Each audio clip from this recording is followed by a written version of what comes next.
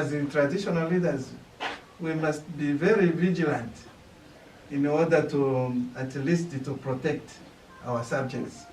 Otherwise, yes, investment can come, and when it comes, they can just explore, and then they take everything.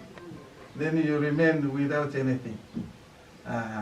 So our aim is to fight hard so that something can remain for our subjects, for remembrance, not a way whereby we just say, no, there was a mine, and the mine has left nothing. No.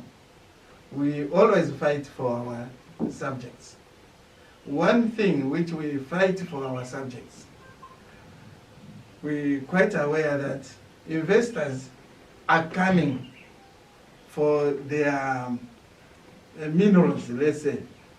We are giving an example for the miners. They come for their minerals. They are after minerals, and we are after our land. We are after our land. So the first thing to protect our subjects is land.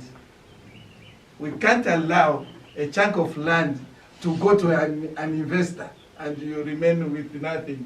No.